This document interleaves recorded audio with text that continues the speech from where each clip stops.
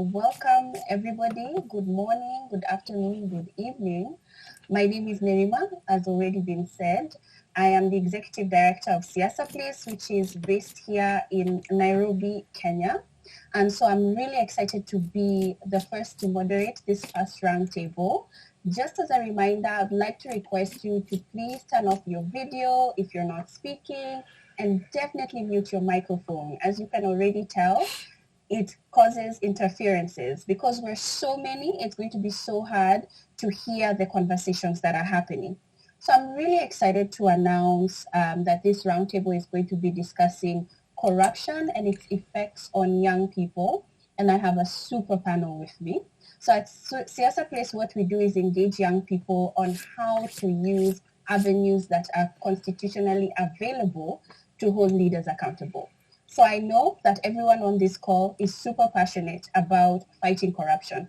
Not only that, most of us are young people or people who work with young people, or not so young, but young at heart. So it's going to be interesting to see some of the conversations that we're going to have.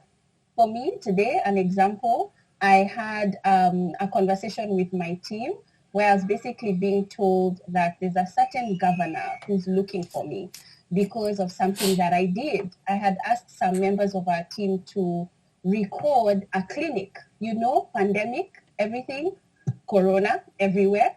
So I had asked some youth to take some videos of a clinic in a county, in Kericho County.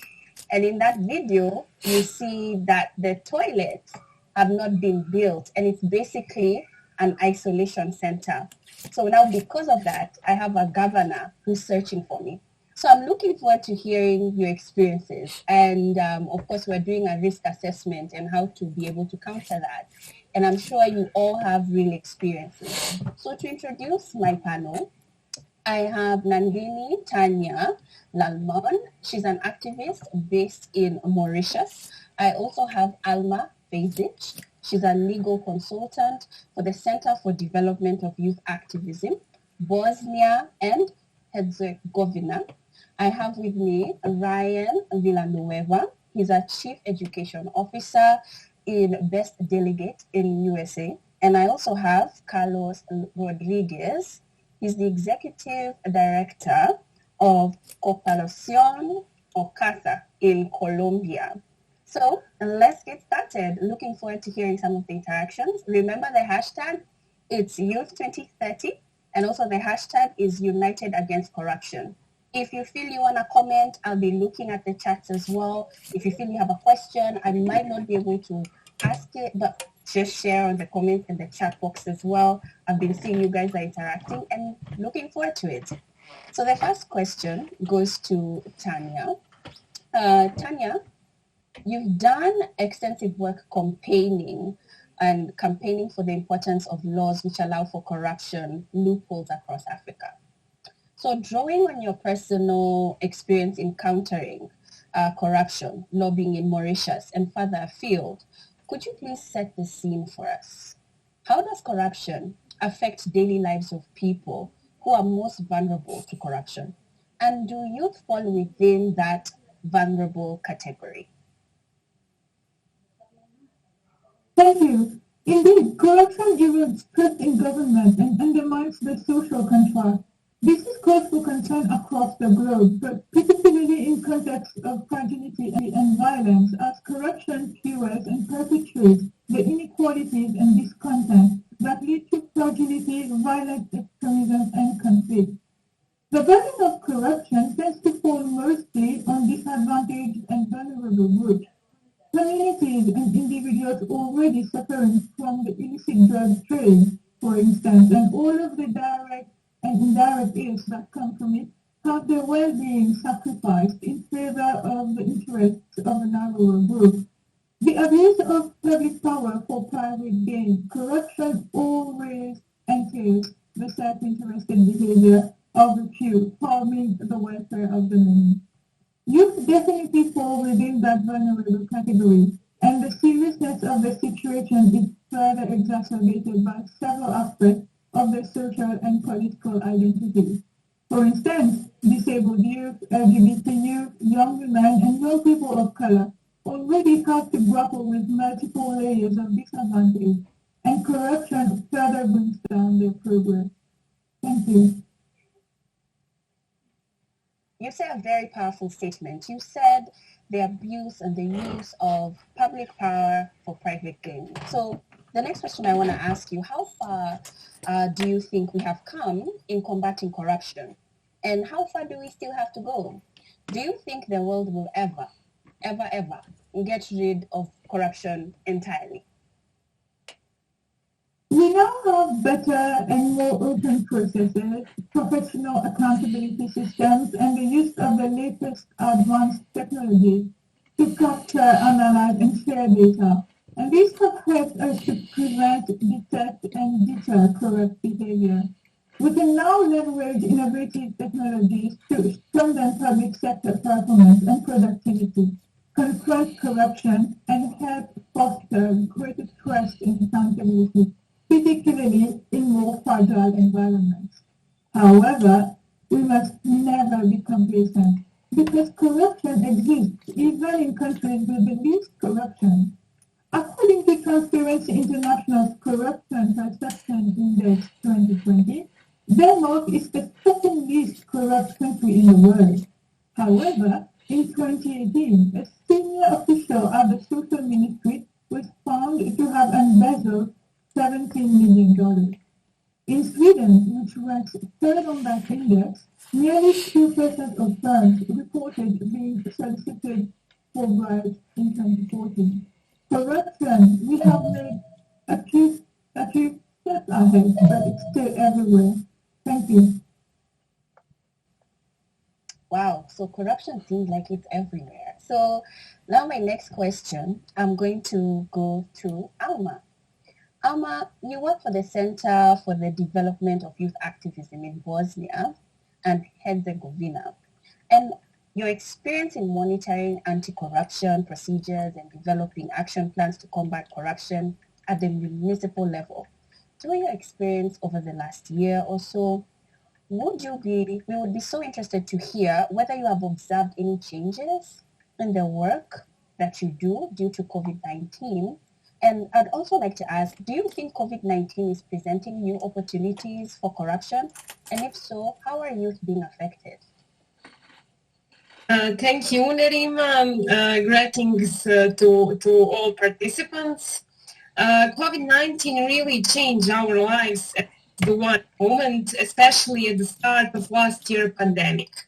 Also, it affects on corruption. Corruption in pandemic affects young people through health system, education system, and problem with unemployment most. And those are cases in country where I came from. In health system, this corruption effect we can see due to the need for an urgent supply of medical equipment, simplification of public procurement rules, overcrowded health facilities, and overbundled medical staff.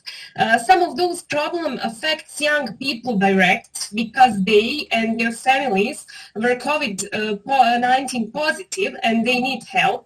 And those problems affect young people also indirect because money that some people take from their own citizens with corrupt acts could be invested in resolve problems that bordered young people and improve their society position. Also, education system was affected because many young people that we spoke with says that they cannot acquire the knowledge and skills that will help them to make a significant contribution to the development of society and the economy of the state. And the third problem, unemployment case. The employment problem occurs when many employers, under the pretext of pandemic, lay off young people. And also we have one problem that isn't corruption, but it can affect, that is mental health of young people. That they are stressed, depressed, and can't help to society, and also society anti-corruption side. And those are problems that we have in my society and country where I came from. Thank you, Tanya, for those very, very real issues Alma, of those very, very real issues that you've mentioned. Now, my next question for you is, how can we increase on understanding of the effect of corruption on young people, and how can we improve the evidence? In my opinion, our society understands negative effects that corruption have on youth. But those people in government and those who have power to change situations sometimes don't hear or don't want to hear the voice of youth. Young people are the most valuable development resource. Our society, all societies, should invest in them in order to provide them good environment for living, for education, for different trainings, and resolving existential issues. In neglected and underdeveloped societies, young people are not only neglected, but also in some way renounced and left to others, even thought it is a loss for whole community. This is exactly what makes young people corrupt and also affected by corruption. And our government have to understand that. I think that our society is already all of that.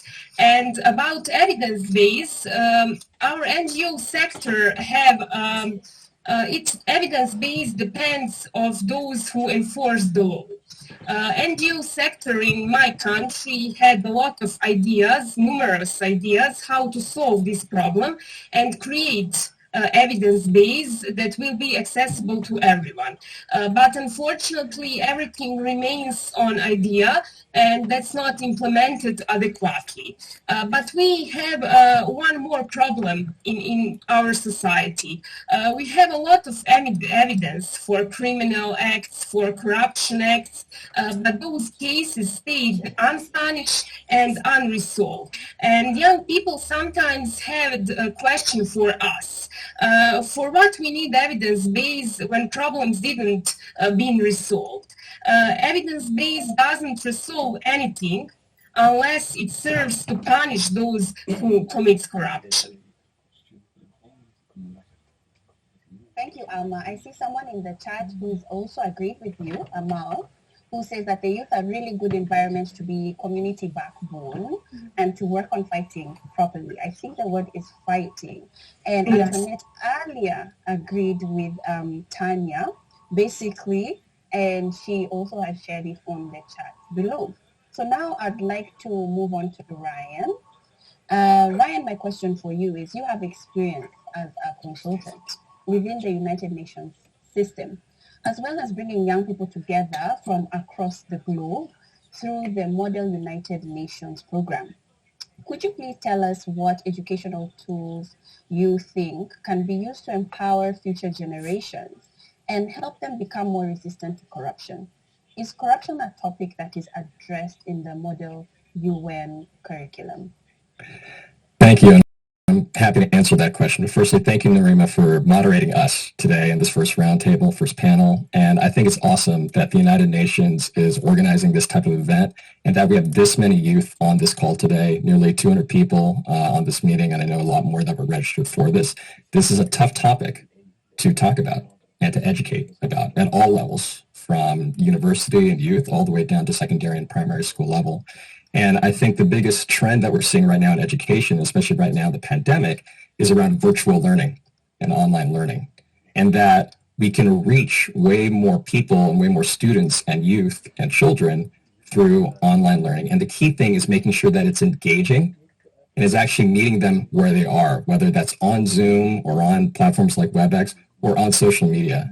And that's the key to keep it engaging. And what I think is a key tool is both live online learning and virtual learning that's engaging, where young people can meet one another online and debate real issues and real topics like anti-corruption, as well as asynchronous learning, online courses, where they can learn themselves. And you can see this evidence in like YouTube videos, like how many youth and children will learn just by watching YouTube videos. And I think the key is keeping it engaging and allowing students to connect with one another. And that's why Model United Nations fits really well into that. I organize monthly virtual Model United Nations conferences where students get to debate the Sustainable Development Goals and topics like anti-corruption, as well as SDG 16, with other students, and doing it on a regular basis where they can learn from one another, where they can teach one another about this important issue. And yes, certainly that anti-corruption flows throughout all of the SDGs, and that is the premise of the Model United Nations curriculums, is teach students how to solve the world's biggest issues and let them step in the shoes of world leaders and step in the shoes of the United Nations. Thank you. And so also you have worked outside and within the UN system. What are the international organizations currently doing to tackle corruption? And what are the challenges faced?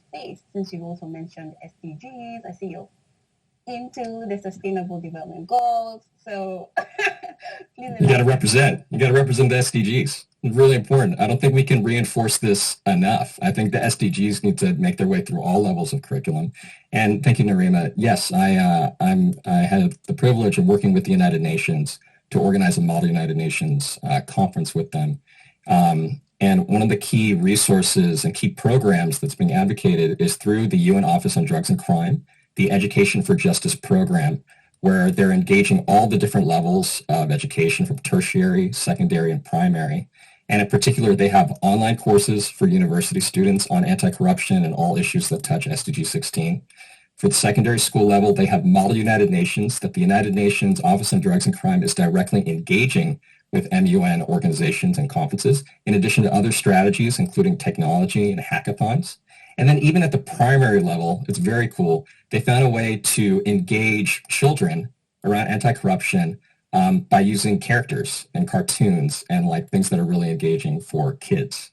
And one of the key challenges that we found and that we're finding is that we want to teach youth about corruption. We want to inspire youth about corruption, that youth are already wanting to take action on this. But how do we do it without putting them in harm's way? How do we teach them about what's going on in their own countries and political systems without putting them at risk? And that's a big challenge. And some of the ways we try to avoid that risk, we try to mitigate that risk, is we frame it in terms of values and integrity. We get students to try to understand what's happening at a really local level. That, yes, we want to understand internationally and nationally what's going on with corruption, but for example, what's going on in your own communities, your own schools? To what extent do you even understand how integrity and therefore anti-corruption works and takes place? And then educationally, obviously, we're trying to teach students what is the world, what are world leaders, and what is the United Nations doing about it. And actually to help out everybody here that's attending this conference today, I put together a little Google Doc. It should be public access. That includes key resources that the United Nations itself has put out, that UNODC has put out, and that we offer through Model United Nations to teach youth about corruption. And I think the most important thing that youth can do is to understand how corruption actually happens and how the international community is trying to address it. And that's why I put this document together. Thanks for sharing that, Ryan. And also, there's a question for you by Anusha on the chat. She's asking how they can also, or she can also involve students. So please comment on there, because I know I don't have much time to play with. I'm seeing the chats coming in so fast. I'm trying my best. I'm trying my bestest.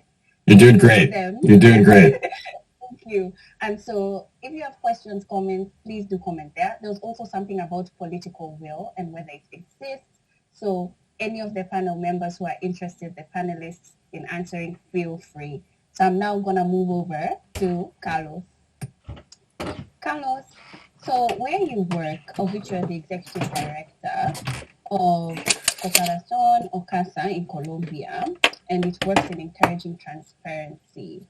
I'd like to ask whether you'd be very interested in hearing some of the lessons that you have learned and the experiences that you could.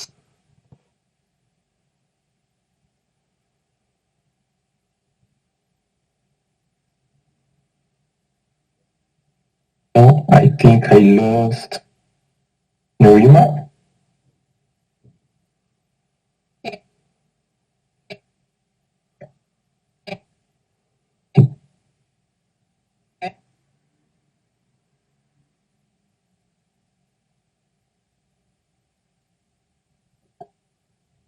Are you back with us, Narima?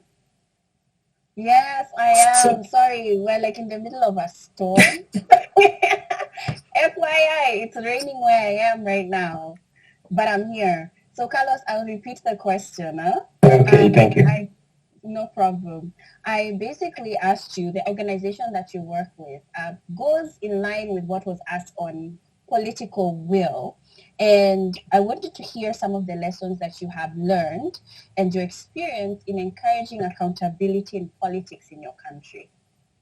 Well, first of all, thank you for the invitation and the possibility of sharing this roundtable with such an amazing participant from around the world.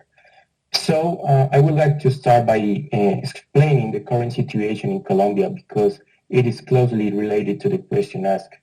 Colombia right now is experiencing a serious governance crisis at this time because in the middle of the COVID pandemic and with a poor strategy of political communication between the government and the public, the national government decided to promote a tax reform in the country.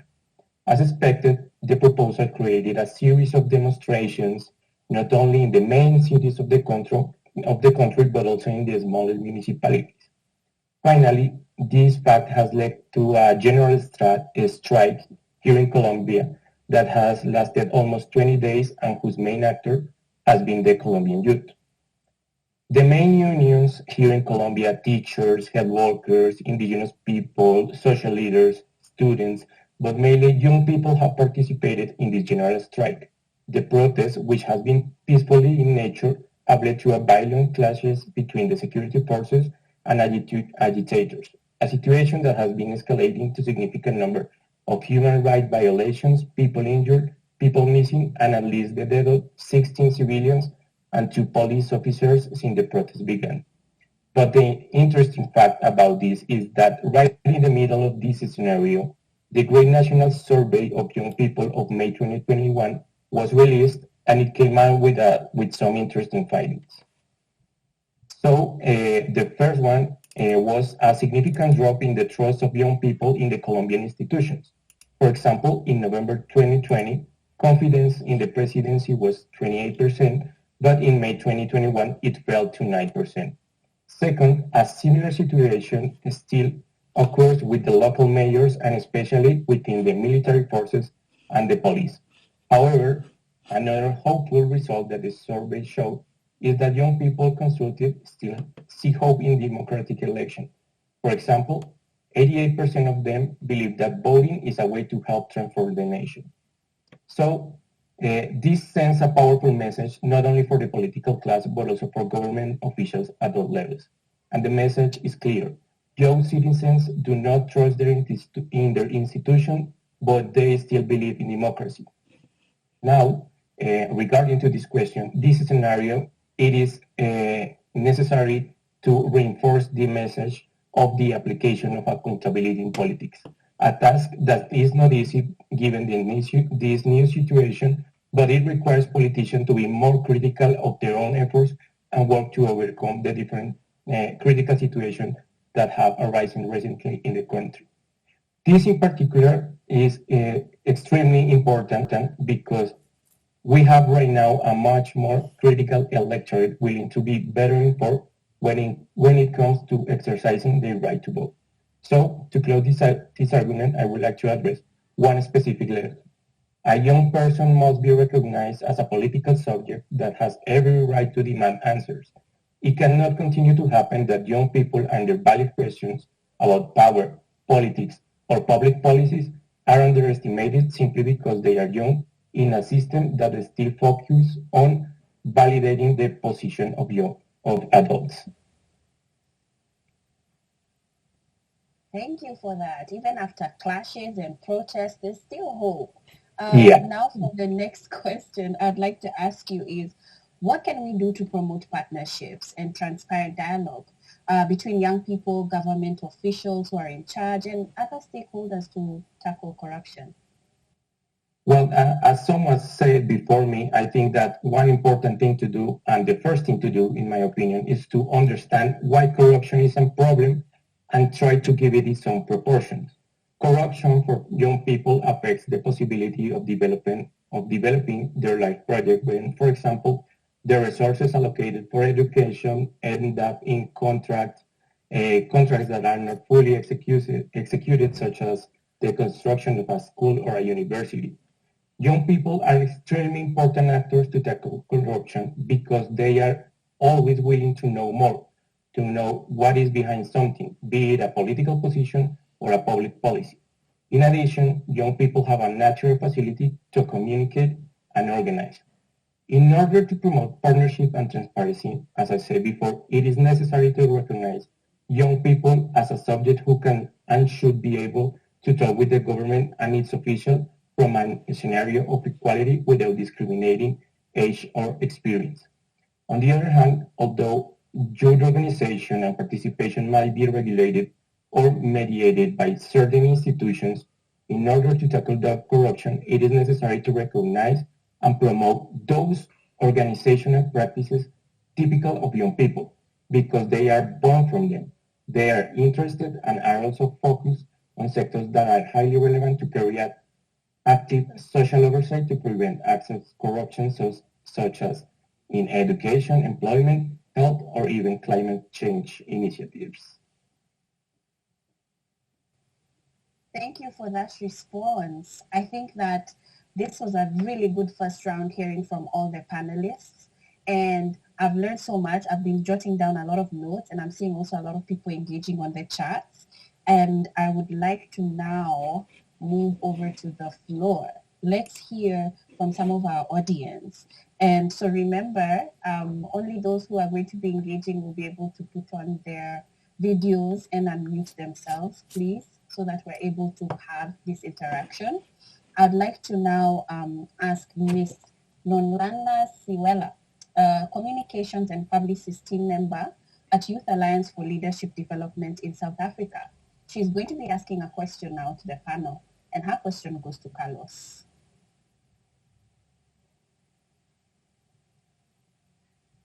Nonlana, are you there?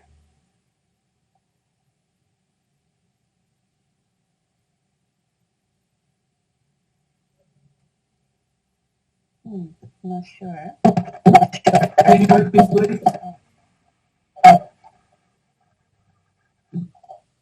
Is that Siwela?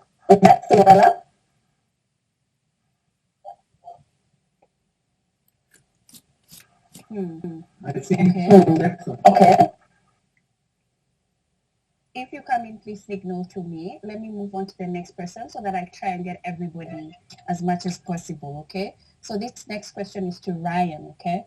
The person who will be asking the question is Mr. Gabriel Coman from Romania. Are you present? Yes, hello everyone. Greetings from Romania. The question that I have for Ryan is, are there curriculum subjects in place to teach about corruption, cause and effect in school faculties?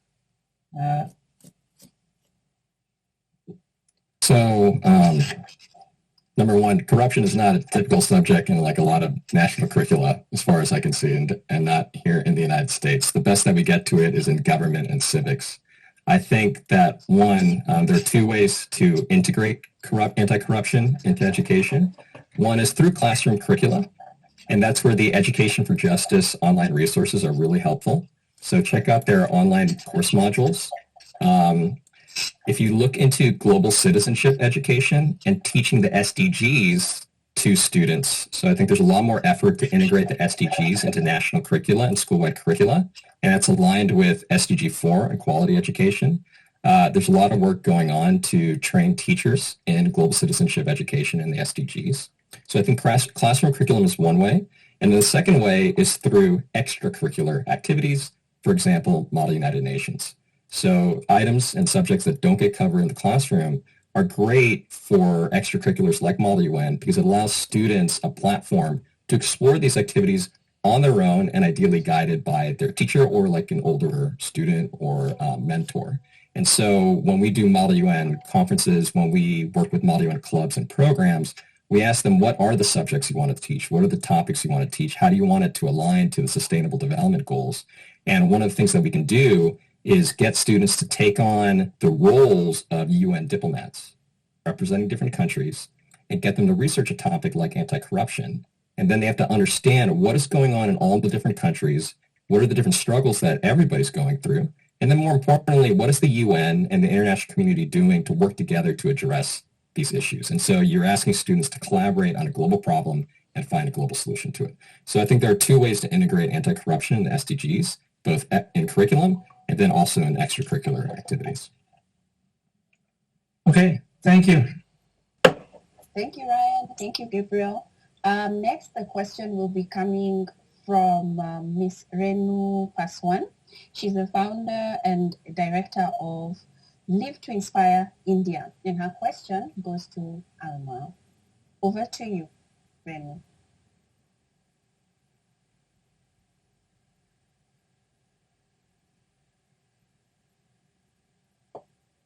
Renu, are you here?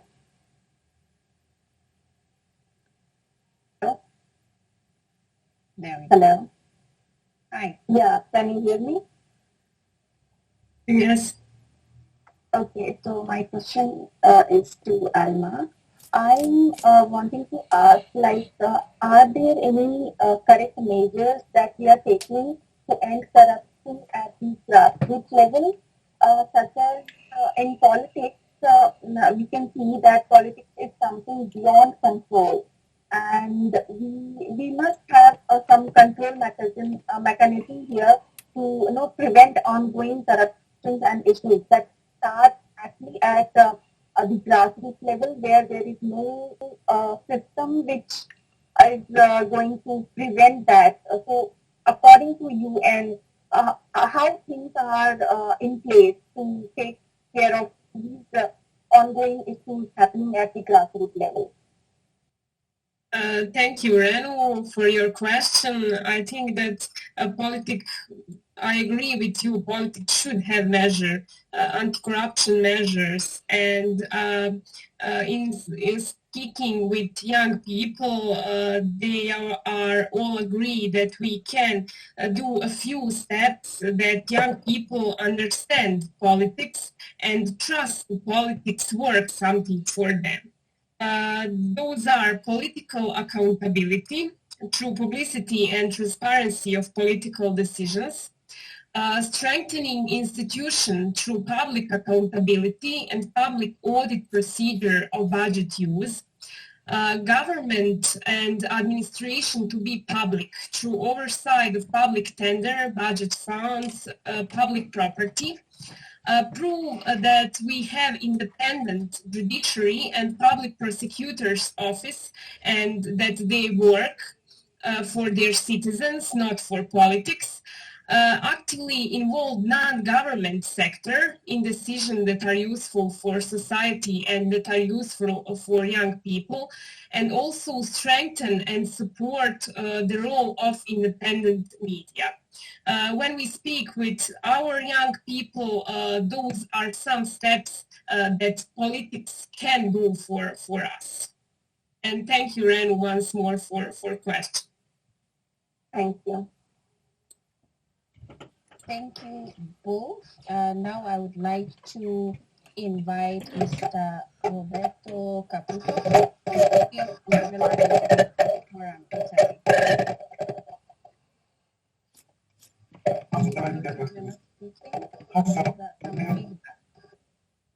Hello? Yes. Hello? Yes. Roberto, we can hear you. Go ahead. Hi. My question will address the panelist Tanya. And here we go.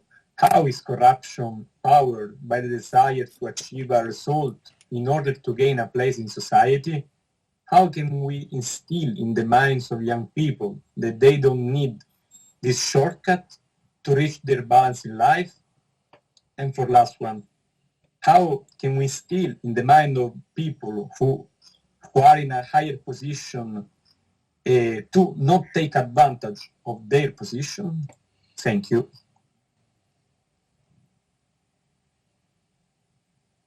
Thank you, Roberto, for this question. We need to empower our youth to fight corruption by ensuring that they understand how to recognize it, along with its causes and consequences. We need to introduce them to concepts such as the value of proper processes and the need for transparency. When corruption and unethical behavior become part of everyday life, it is critical to establish what service integrity is and why it matters. We need to teach youth how to define and identify values and how to find solutions to ethical dilemmas. We need to ensure youth understand how rules and laws protect all members of society and why rules and laws must be obeyed, even when no one is watching. Young people have a fundamental role to play in bringing a new culture of integrity to all levels of the society, but they are also vulnerable. It is therefore important to devise appropriate empowerment strategies to raise their awareness and understanding about corruption and to build their capacity to stand up against it, ensuring their proper inclusion as stakeholders in any policy development and implementation of anti-corruption strategies. And I'd just like to build up on what my co-panelist Ryan said earlier about how one of the corruption education resources is one such very effective strategy to educate youth about the need to combat corruption. Thank you. Thank you so much for your response, Tanya, and thank you so much for the question, Roberto. Because Nonlana is not online, but I feel she had an important question for Carlos. I'm just going to ask it on her behalf. What tangible difference can you make in terms of mitigating corruption within their own country when it comes to young people? Carlos? Well, this is a tough one. Although I think it is extremely difficult to achieve, if not impossible, I believe that it is necessary to try to determine what corruption is and how it manifests itself in each country. For example, here in Colombia, the figure used is that corruption cost the country around 50 billion Colombian pesos a year. However, we do not know exactly how that figure is calculated. So this situation makes it difficult to carry out institutional control, as we do not know where or even on what to focus the efforts to fight against corruption. Another important aspect is that young people should use more often the institutional mechanism to fight corruption. For example, make extensive the use of the right to information, and another important instrument that we have incorporated here in Colombia within the set of norms to guarantee some degree of transparency. But in addition, for example, here in Colombia, we have a significant number of citizen participation scenarios aimed to achieve representation and incidence in different issues within the public administration. For example, an important aspect is that young people occupy these spaces to have some capacity for action and decision making regarding the local planning scenarios where the public policy lines will be defined, and above all, to know for sure where the investment will be located. In this case, participation and knowledge become powerful tools for young people to make tangible difference within their countries. Thank you, Carlos. Let's keep the conversation going. I'm seeing a lot of feedback on the chat. Some very interesting stuff, like Romnal has mentioned about different measures to fight against corruption, including education being key. We're doing really good on time. I hope we keep it that way. This next section, we're going to be hearing some interventions. So it's really, really important if I call on you to please try as much as possible to keep it to 3 minutes so that we can hear everybody speaking. The first one that I'm going to call up is Miss Iris Nzolantima. She's an advisor in prevention, safety, and good governance at Agency in Prevention and Fight Against Corruption from the Democratic Republic of Congo. Iris? Hi, Norma. Hi. Nice to see you. All right. Okay. Madam, sorry. Is that fine? Can you hear me? Yes. Okay. I will share my contribution with regard to corruption and then youth. Are you there? I think my line was breaking up. Okay. I said I will share my contribution regarding corruption and its effect on young people. I'm a Congolese. I'm from the Democratic Republic of Congo, and I am an advisor in charge of prevention, safety, and good governance. I'm also a head of the African Union Youth Charter, and then I'm also part of this SADC Youth Council. So, excuse me. Okay, I just had a problem with my network, but I think that's fine. So, what I want to say about corruption is that young people need to be educated and then to be instructed about corruption. Why am I saying that? Because they are the most people who are exposed to be bribed. They are exposed to fraud and to any other related like crime, terrorism, and any act of terrorism, any act of financial crime, and then cyber security or cyber criminality. I think we need to be at the center of not just administration, but not just governance, but we also need to be that new generation where we are, because we can't just learn to say no, but we also need to have the means. Let's just give an example. You work for a company and you are not paid, like in Africa, this thing happens most often. You are working somewhere and then you are not paid, but you keep working.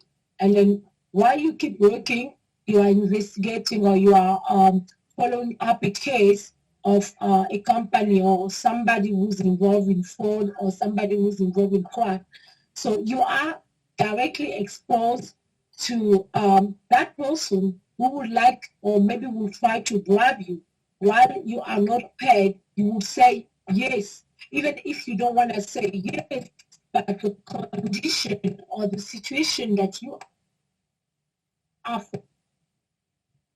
facing right now doesn't allow you, or does say no, you will be tempted. So when you'll be tempted, when the administration in the country or any countries are not running properly, they are not giving you the possibility to work in that fight corruption.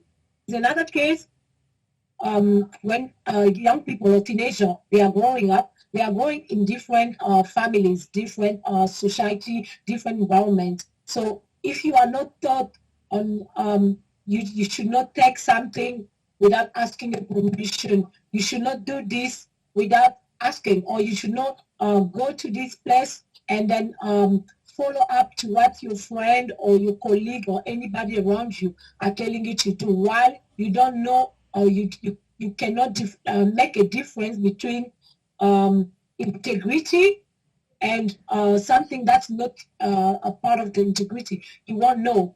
Like she said before, Isabella, she was teaching about integrity, and then we need to have in our school or university some courses that talk about corruption, that talk about fraud, that explain to people why you should not do this and then why you should do this. So in my personal case, I'm putting in place a small guideline where we are going to explain to the youth what they need to know as the basic about corruption, about fraud, about terrorism, because otherwise, if they are not taught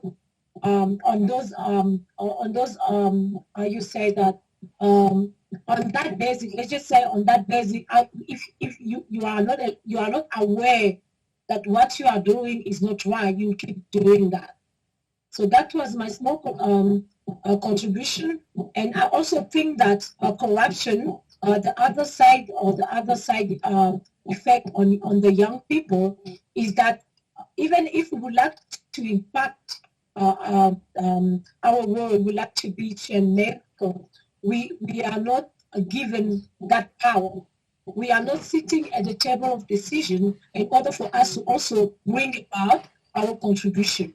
We just can't sit and then watch the other people doing this or doing that. While we can also come and say, no, we should use this way in order to bring about change, or we should use this other way in order to stop corruption. So I think that was my small contribution about what I think should change, and then how we can make an impact on the next generation. Thank you, Iris. Thank you, Nerima. Next, I would like to call Miss Maria Bianca Jasmine Angelo, Youth Representative for Urban Poor and Mental Health at the United Nations Youth Advisory Board in the Philippines. Welcome, Maria. Thank you so much, Ms. Narila, for this floor. So, it is a known fact that many nations are still struggling to control the COVID-19 pandemic. At the same time, the pandemic has exposed a deep-rooted and disturbing truth about our public healthcare system. Many people deny themselves of healthcare even in times when they desperately need it, because they lack the financial resources at times, because people discriminate them because of the color of their skin, their ethnicity, and their gender. This inequality is further intensified by corruption and the lack of transparency in the healthcare system. People in the lower economic status, people of color, people with mental health conditions, and other vulnerable groups are the ones that are most affected. The rush to find the most effective treatments, the most effective vaccines, technology has created opportunities for a lack of transparency and corruption in providing quality healthcare for all people in many nations. In response, here are some of my proposals in how the youth can help and fight against corruption. The first one is initiate public and private partnerships that will work on anti-corruption in the health sector. We need to strengthen the quality healthcare systems that are geared to help its citizens and partnership among other nations. Second one is to set in place transparency and accountability mechanisms in healthcare procurement, especially in the time of handling COVID-19 vaccines. The youth must learn to adapt and to come up with innovative solutions that meet the needs of this millennium. We must be academically, professionally, and morally excellent in executing all of our actions towards our fight against corruption. The youth is not a passive recipient of the political monologue, especially when we are the ones who will inherit our communities and its future. If we can address corruption in our public health system, then we can achieve health for all. Let's not make coronavirus a disturbing footnote in our history, but rather let's all rise to the occasion to provide a more equitable, transparent, and better world for all people. Thank you so much. Wow, thank you. Very succinct. Well done. Thanks, Maria. Next, I would like to call upon Mr. Tom Rasto, Executive Director at Rauka Africa, Kenya.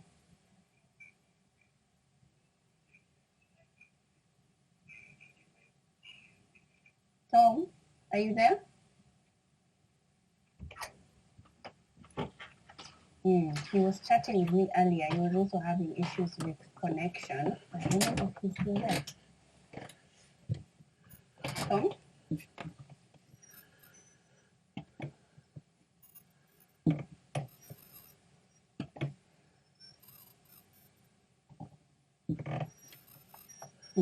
Maybe we'll come back to you, Tom, because I see you online. Okay. Next, I would like to call on Mr. Tafi Yokampele, Ambassador at World Peace Committee from the UK. Thank you. Your Excellency, Honorable Delegates, I'm I'm delighted to be with you on this special day to discuss the future.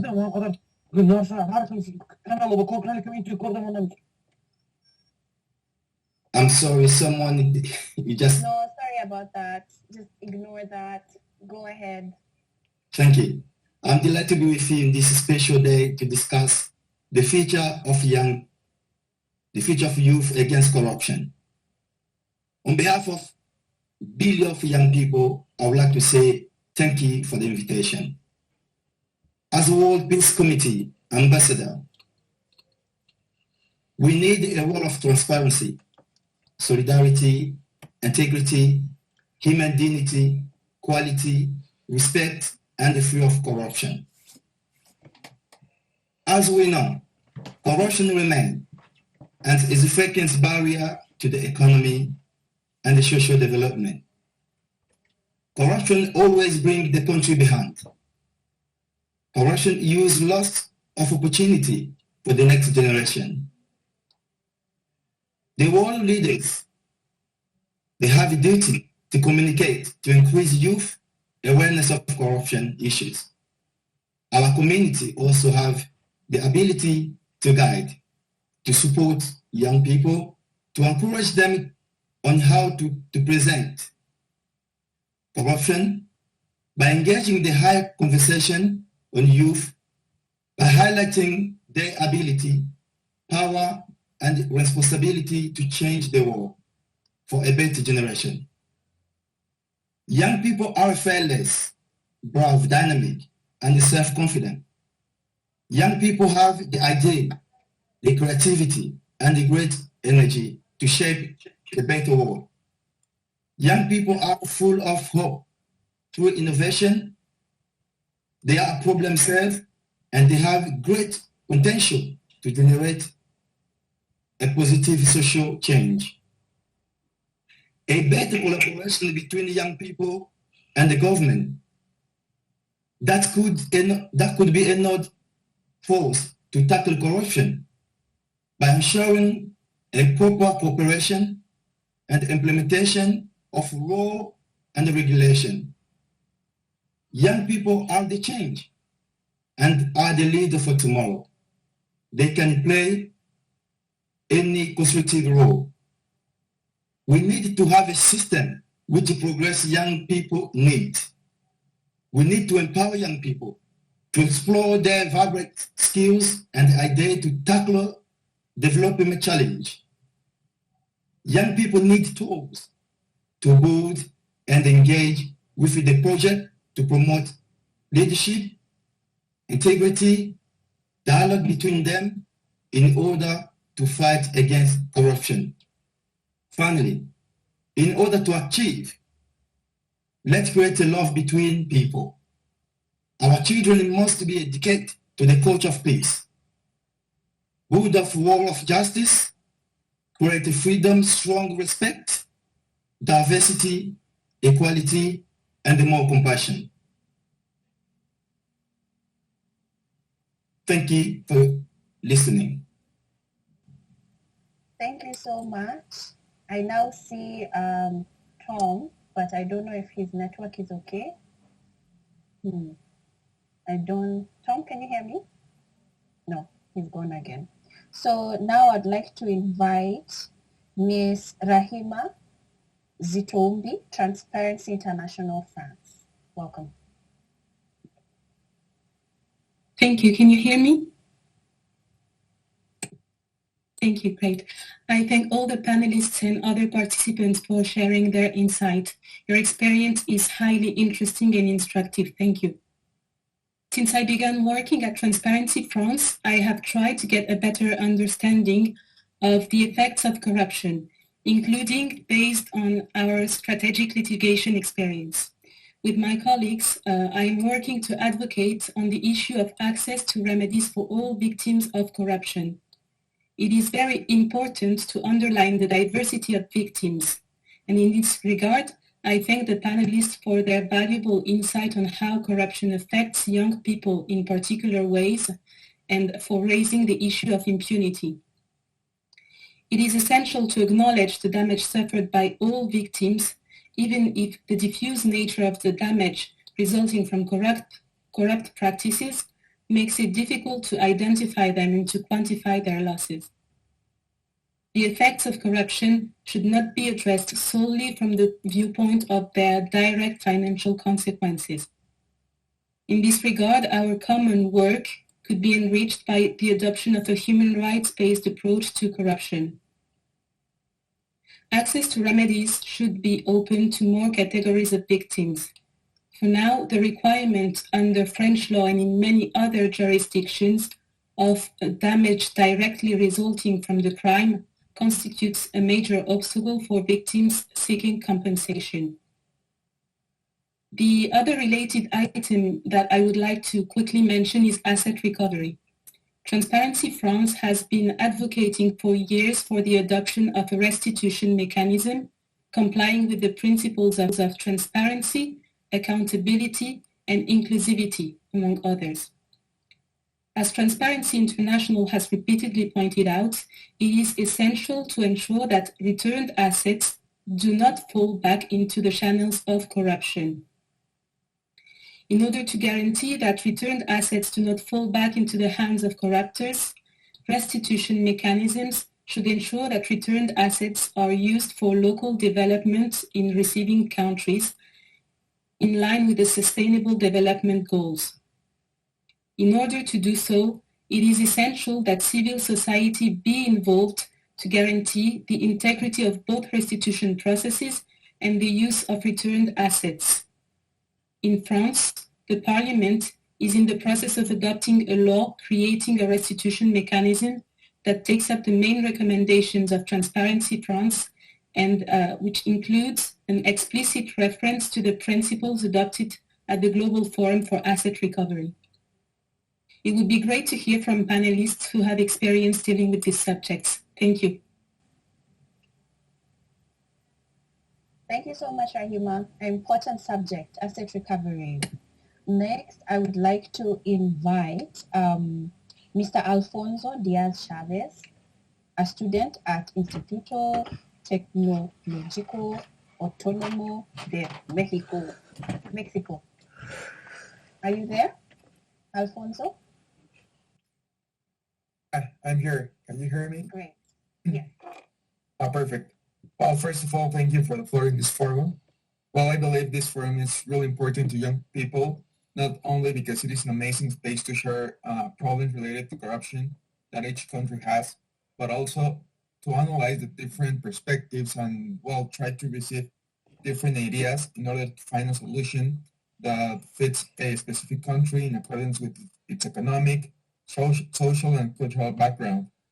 For Mexico, the corruption has been a huge and recurrent problem in our history.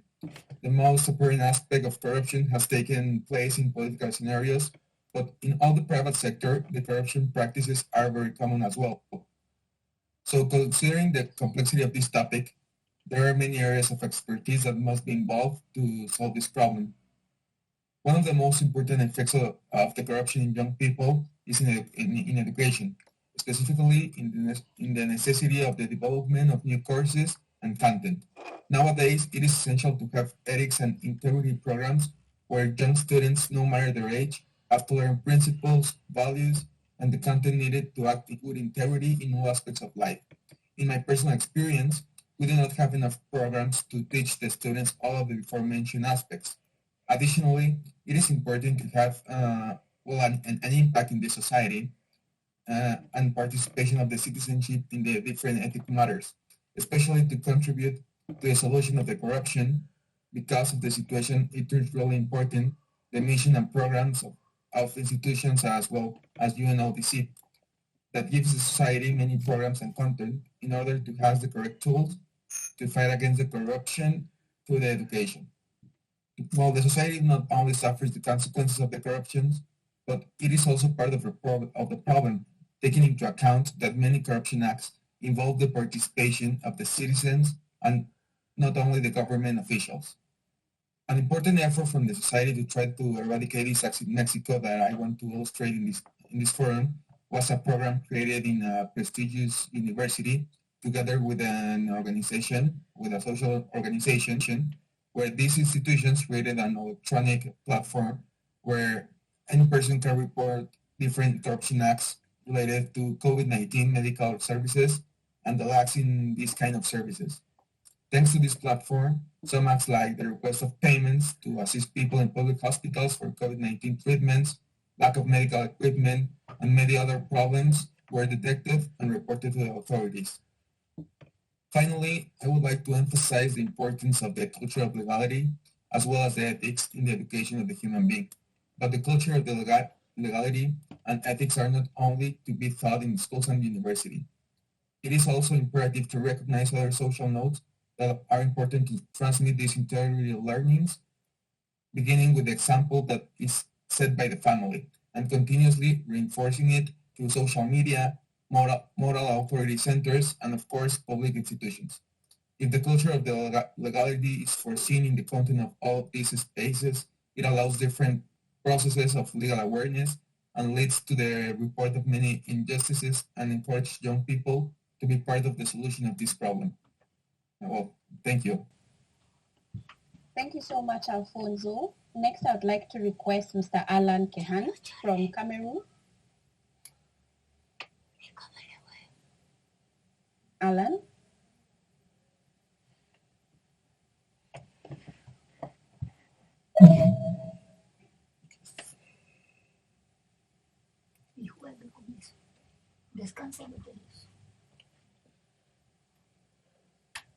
I see you here. Can you please unmute yourself?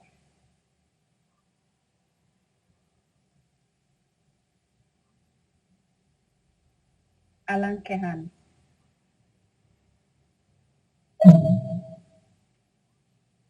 Okay, signal me if you can come back. I would like to now request Ms. Albara Al-Siofiani from Saudi Arabia. Thank you, Nerma. I think there is a misunderstanding. Yeah, Mr. Yeah. Sorry about that. No, it's happened. No problem. At first, I would like to thank the United Nations Office on Drugs and Crime for finding opportunities for young people to speak on such important issues. And as everyone knows, today, participant engagement is a central principle of youth development. According to the ecological perspective of human development, young people are agents of their own development. Youth are more than passive recipients of external influences. Instead, they are actively involved in shaping their development by interacting with the people and opportunities made within their environments. Through youth engagements, communities can do a better job for creating services, opportunities, and supports that young people need to develop in healthy ways. And regardless of the permanent desire of the human being to obtain a power of money, we must focus on the real problems that cause this crime and work to solve them, like low levels of democracy and gender inequality and poverty and political instability and low levels of education. Most of young people, and I think this is a problem, most of young people know the corruption as a breach of trust or criminal offense committed by a person or organization entrusted with a position of authority to obtain a lawful benefit or abuse of power for personal gain. This is all true. On the other hand, the impact of corruption must be explained further and in other aspects, like an economic level, impeding economic growth, which undermines all long-term and short-term development plans targets. Thank you. Thank you so much for that intervention. The next person I would like to request is Ms. Rosario del Pilar Diaz Garavito, Executive Director, Coordinator of the LAC Regional Youth Caucus UN Interagency Network for Youth Development, Peru. Hello, Norina. Can you hear me? Thank you very much, and thank you to the UN for hosting this event and this space towards the UN General Assembly Against Corruption, UN special session. The contribution that I'm going to share today are is a collective contribution organized by different deadly organizations in the Latin American region.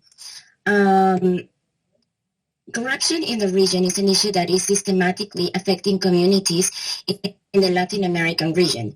This issue has worsened critical situations in the region that we are facing due to the pandemic, but also due to pre-existing structural gaps such as violence and inequality present before the pandemic, reducing the actions to ensure the protection of children, adolescents, and youth and their integrity, their human rights, and the opportunity to define our future.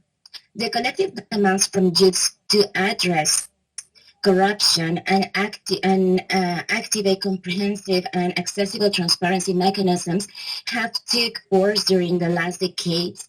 The last corruption scandals in the region not only brought political instability, it also increased the collective distrust and frustration that has been expressed in social crisis and conflict, where young people have taken an active role demanding more transparent, just societies and the elimination of impunity and inequality affecting our nations. I also would like to share the perception of young people, of these young people representing these organizations in the Latin American region regarding corruption in their context. Youth in the Latin American region experience complex contexts where corruption have taken place, creating resources that could address urgent needs of children, adolescents, and youths in the region. Many of the commitments made by our governments to fight corruption are not impacting our lives as we would like to, and sometimes are perceived as mediatic efforts or political or electoral interest, and not genuine commitments to ensure corruption and impunity is addressed. One of the biggest issues we have identified is that in the region we have naturalized corruption. In some cases, even presidential candidates are linked with denouncements about corruption, bringing more stability to our context. Corruption has also shown its worst phase in the region during the pandemic, where we saw different scandals regarding the embezzlement of public treasure and budget to address the pandemic, medical supplies, and irregular vaccination processes that have taken place, reaching even the vaguest spheres of our societies and our decision makers. These issues, again, have broken the trust between citizens, decision makers, and politicians, and that really is increasing the possibilities of conflict. Another thing that we have perceived is that the lack of compliance to our anti-corruption normative frameworks, and also the lack of access to justice complicates this even more in a region where the impunity races are benefiting some groups, but not also impunity in a region that is characterized for being one of the most violent in the world. This violence or this lack of implementation of our normative frameworks to fight corruption, but also lack to access to justice itself for young people, not only is affecting political spheres, but is also affecting or is increasing or is affecting the response to systematic violence against children, adolescents, and youth. And different groups in the regions, leaving the aggressors free without being processed and with potential risks to get close to their victims. The lack of transparency mechanisms and the limited access to data regarding the budget expenditure isolates young citizens from the public arena and prevent them to being active actors in the fight against corruption. The pandemic and the lack of political will to ensure transparency mechanisms have worsened the situation in countries such as Brazil, where according to young youth participants on this consultation, the well-being of younger generations has been compromised. The complex context affects children, adolescents, and youths in the region. We are impacted for the decrease of the budget that could address needs and priorities agendas such as improve the quality of education, improve the access to internet, mostly during the pandemic, and technological infrastructure, access to health systems, and other attended by different sectors and social programs, such as the case of the school food program in Colombia, where malnutrition rates increased. The participation of different actors, including civil society and young people, is key to fight corruption from different approaches, strengthening our democracies and linking the anti-corruption agenda with the human rights agenda. We cannot disconnect these two agendas. In some occasions, when corruption is denounced in the government, is denounced in the government sector, you perceive that the information and sometimes even media is manipulating this information in the region. And people who denounce the corruption is treated in different ways, and sometimes they are victims of fatal retaliations. So this is some of the perceptions of the young people that have participated on this consultation of young Latin American youth against corruption towards the special session of the General Assembly against corruption. Thank you very much, Norima.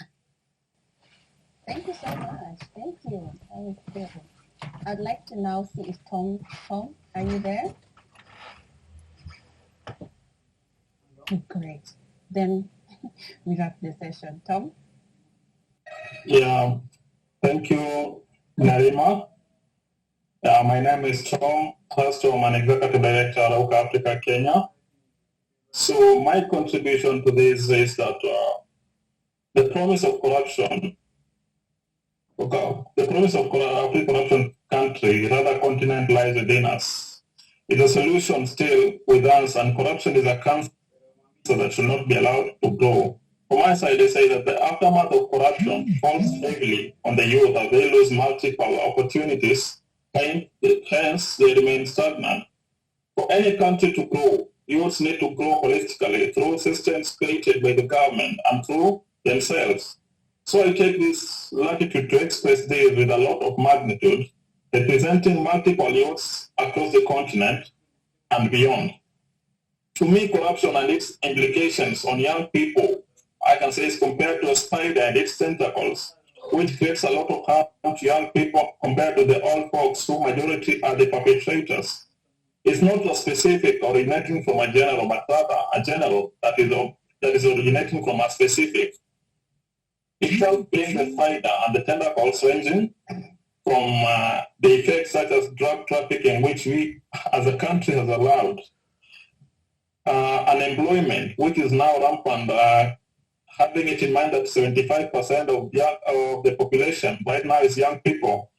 We're having mental health, we're having physical health, we're having poverty that is affecting our young people. Those are the effects of corruption that we're having as young people.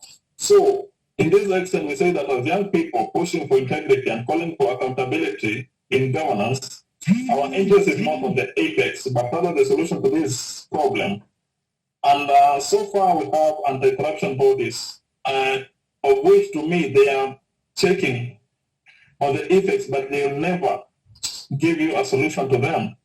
So what I say is that many old folks tend to make young people believe that empowerment is all about money. And that's where we young people, we fall victim of the same. So this syndrome has also affected our young leaders who have been given an opportunity to serve as representatives in government institutions and also government youth departments. So they have become enemies of young people, yet they are our very own. So the solution to this is that young people are the change makers and need to get this reality done. We have to first handle our mental health, which is very key in this case. This one will enable us to know if we are victims or we are the change makers. Because when you take ourselves as victims, that's the first failure towards this war on corruption. So we are the navigators of integrity, and we should never allow ourselves at any point to be victims. Secondly, we have to unite as young people by speaking our mind as the inheritors of this land, so that we hold our leaders to accountability.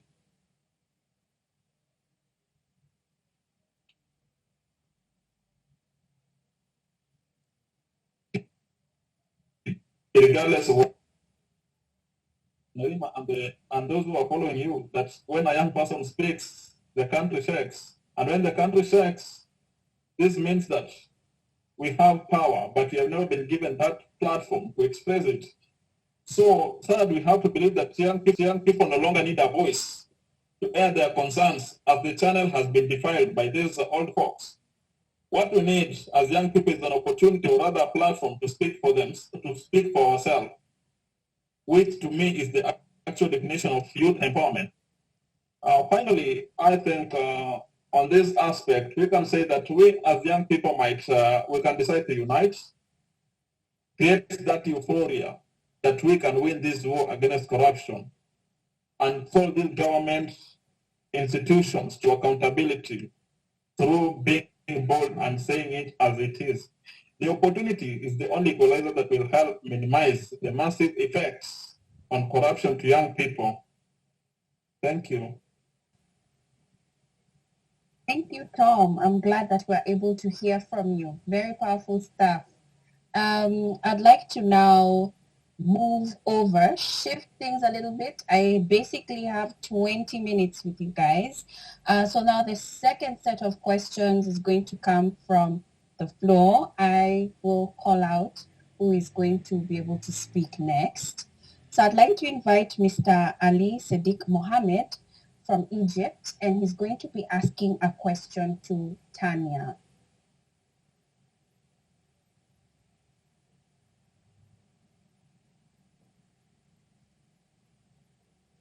Hello? Are you there, Mr. Ali? Yeah? Oh, great. Please go ahead. Hi, Nirma. Hi, I can hear you. Please go ahead and ask your question to Tanya. My question, how does corruption affect young people's day-to-day lives, especially in developing countries, and to what extent is it linked to with speed employment? Thank you, Nirma.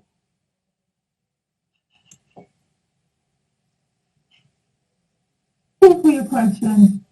Through my activism and advocacy experience across the global south, I have seen that when it comes to the youth, the impact of corruption comes in different forms. It might impact service delivery, such as when an official asks for bribes to perform routine services. Corruption might unfairly determine the winners of government contracts or job opportunities, with appointments favoring friends, relatives, or business associates of government officials.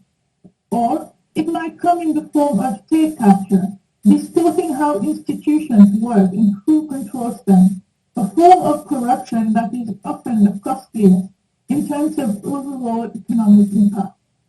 Each type of corruption is important, and tackling all of them is critical to achieving progress and sustainable change. We also have evidence that corruption leads to worse health outcomes, particularly for the poor and the young. Corruption hurts outcomes for the poor more than the wealthy. Even more striking are conclusions regarding outcomes for the youth. More corrupt areas have lower immunization rates and lower vaccination rates. Corruption in the procurement of drugs and medical equipment drives a cost that can lead to substandard or harmful products. The human costs of counterfeit drugs and vaccinations on health outcomes and the lifelong impacts on youth far exceed the financial cost. Unofficial payments for services can have a particularly pernicious effect on young people. As we all know, this further serves to exacerbate the inequalities catalyzed by the COVID-19 pandemic. Thank you. Thank you, Tanya. And definitely thank you for your question, Mr. Ali. So now next, I would like to request Mr. Sadiq Baba from Nigeria to ask a question to Alma. Are you there, Mr. Sadiq?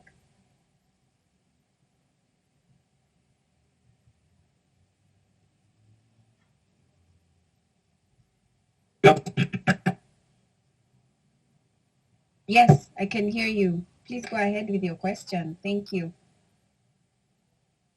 Corruption is being organized use of media voices to cite interest. These are no representatives, and among the team has to understand. So the question is, what can you use to have this stop or reduce its effect with that level of influence?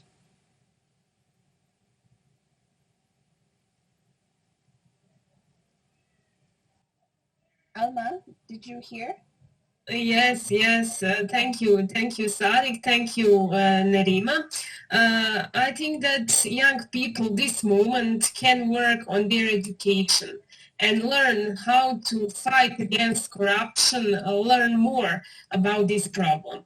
If they are corrupt, if they for some reasons have to be corrupt, this moment they have to stop and have to break the silence when it comes to corruption, have to break this corruption chain. And unfortunately, young people can't do much if the system doesn't protect them when they decide to work to stop corruption.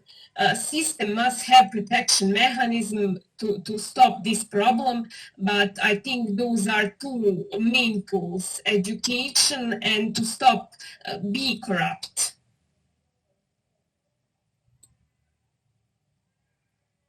Thank you, Alma, and thank you, Mr. Sadiq. Next, I would like to invite Ms. Isabel Carmin, Communications Manager at Integrity Action, UK, Sweden, to ask a question to Ryan.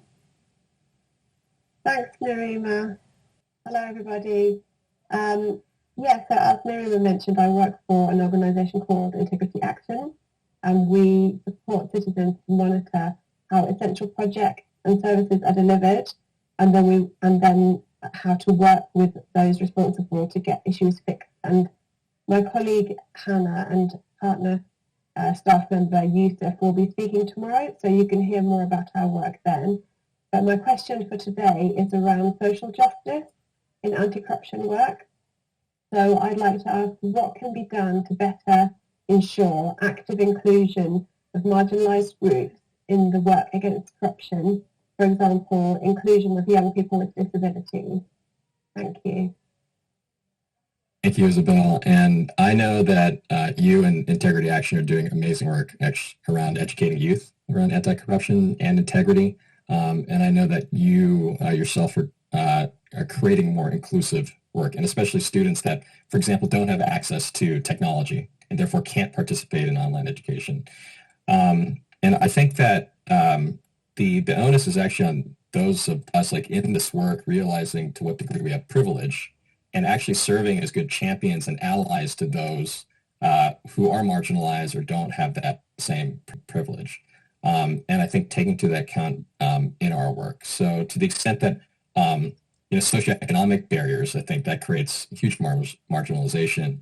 To the extent that we can leverage technology to lower the cost and be mindful of that as like we design our programs, I think that's one thing. As I think you've written about yourself and have spoken about, that combining both online and offline methods of engagement are hugely important. And when it comes to youth, especially those like on this call and those who are starting integrity clubs and trying to create this work, even through Model UN programs, we try to teach students to be aware of what are the different social dynamics that are going on in your own club or your own program that you may not be aware of, that you may be trying to educate other students about equality, about equity, diversity, equity, inclusion, about anti-corruption. But to what extent are you reinforcing some of those dynamics yourself or through the structure of your own club? Have you conducted that outreach? Have you thought about what are the different barriers? And therefore, what can you do within the context of your own programming to be more inclusive and reach out to local communities? So I think it actually starts with those of us in this privileged position to be able to do the work, to what extent we have that privilege, and therefore what can we do around it to make our work more inclusive. Thank you. Thank you, Ryan, and thank you, Isabel. Next, I would like to invite Mr. Daniel Rengifo. I'm sorry if I butchered your name. Just let me know if I said it terribly wrong. Contractor for Transparency and Anti-Corruption at the District Secretariat of Government of Bogota. Your question goes to Carlos. Thank you very much. Good morning, everyone. So this question is addressed to Carlos. Carlos, how can we make Colombian youth regain trust in public institutions nowadays? Well, Daniel, thank you very much for your question. And this is all about my last intervention, but I want to be very honest with you. I think that this question refers to the Colombian case, especially because of what we are living right now and the general protest, the lack of confidence in not only in the presidency, but in the Congress, or with the local mayors, or the public, the policy, but I believe that this situation does not only apply here in Colombia. So I would say that in order for regain trust in public institutions, young people need to believe it's time for participation to trigger specific and measurable results for the demands presented to the government.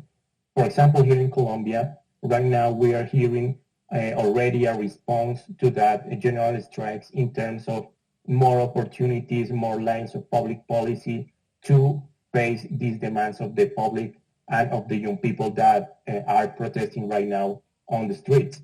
So in the end, it is time to move from consulting young people as passive subjects in political matters to recognizing them and involving them in scenarios that have a real impact and the possibility of generating changes from them and for them. Thank you. Thank you, Carlos. Thank you, Daniel. Now we are in the last stretch, guys. We're in the last stretch. So I would just like to ask for closing remarks from our very, very able panelists. I'd just like to invite Ryan first to please give his closing remarks. Then Alma, then Tanya, then Carlos. Thank you. Firstly, let me say, Narima, thank you very much for guiding and moderating us today. I know I can't see everybody, but a little bit of applause, I think, is in order for our gracious moderator. Great time keeping us on time, which is pretty awesome. Secondly, it's been a privilege being on this panel, and along with my fellow panelists. I'm inspired by all of your work in educating youth and fighting corruption. This is not an easy topic. I'm very thankful to everybody also who asked questions. I think there's some great work here, represented and other representatives here from Integrity Action and Transparency International, NGOs that are doing great work in anti-corruption. And again, to UNODC and the UN for even organizing this event and all the youth who have participated today. I think my closing call to action is like the best thing we can do is educate ourselves first and foremost about corruption and educating those around us.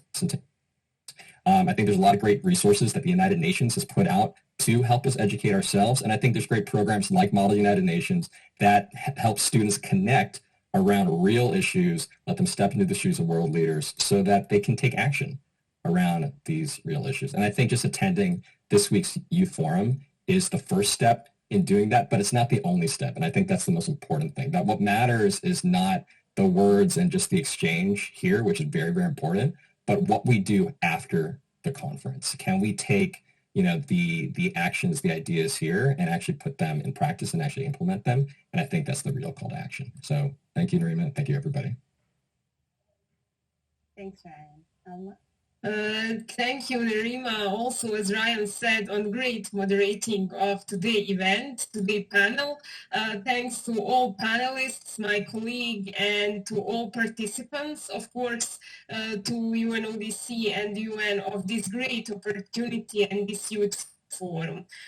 Corruption is all around us. It is a problem that will certainly exist in the future, but we, young people especially, must do everything that is in our power that corruption doesn't become the lifestyle. We must be united in that, and we must stay united, and after this panel and after this forum in resolving of this problem. Thank you all once more, and kind regards from Sarajevo, from Bosnia.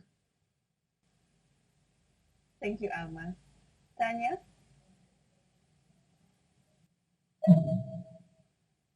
Yes.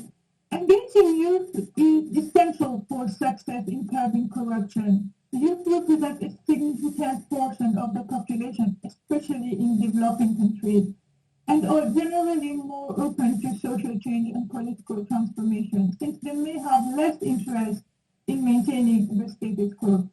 A significant number of activities to engage youth have been undertaken by the anti-corruption movement across the global south, especially in the last decade. Many organizations have also developed awareness-raising campaigns and activities targeted at young people. However, we should bear in mind that engaging young people should not be a box-ticking exercise, and many questions raised regarding success and sustainability of youth engagement efforts should be considered.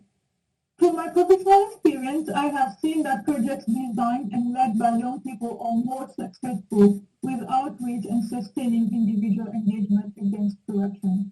Rather than laying all the emphasis on the scale and scope of corruption, the aim should be to engage in a conversation with youth, such as this forum, and to highlight that young people have the power and the responsibility to change the culture for the better around the world.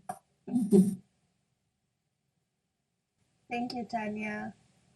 Carlos?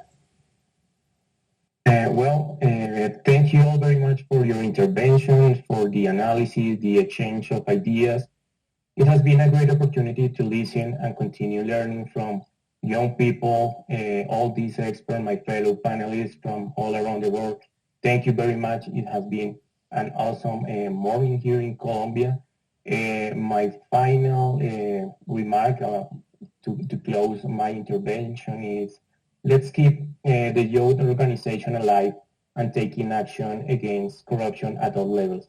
It doesn't matter where you are, where you live, you can take part and make something to make a better world. And that's it. Thank you, Carlos. And thank you to everybody for participating and making it to the end. Bravo! Who said young people can't keep time? We did! And we were able to discuss such important stuff, guys. And it was so good to see some of the good suggestions, solutions, and networking. Networking. That is so key, especially when we're talking about fighting corruption. A special thanks, I've not forgotten, Munira Al-Muhanadin. She's been the rapporteur, as well as Leo Kapentanovich. Seems like the hardest names are the ones who are the rapporteurs today. I want to thank them fully for being so engaged and being able to write everything that we've been discussing, because basically a summary is going to be fed to each of us who've been participating, which will feed into the youth summary that's going to be presented to the member states during the UNGASS against corruption on the 2nd of June. So remember that you're all going to receive a copy of that summary, and also share what was a takeaway. What was your takeaway today? You can share on the hashtags at #Youth2030. You can also share on #UnitedAgainstCorruption. Hope to see you tomorrow. I know my other colleagues will be having other forums as well. Tomorrow at the same time, 9 a.m. New York time, they're going to be discussing youth engagement in preventing and combating corruption. The same thing. Thank you, everybody. Bye-bye.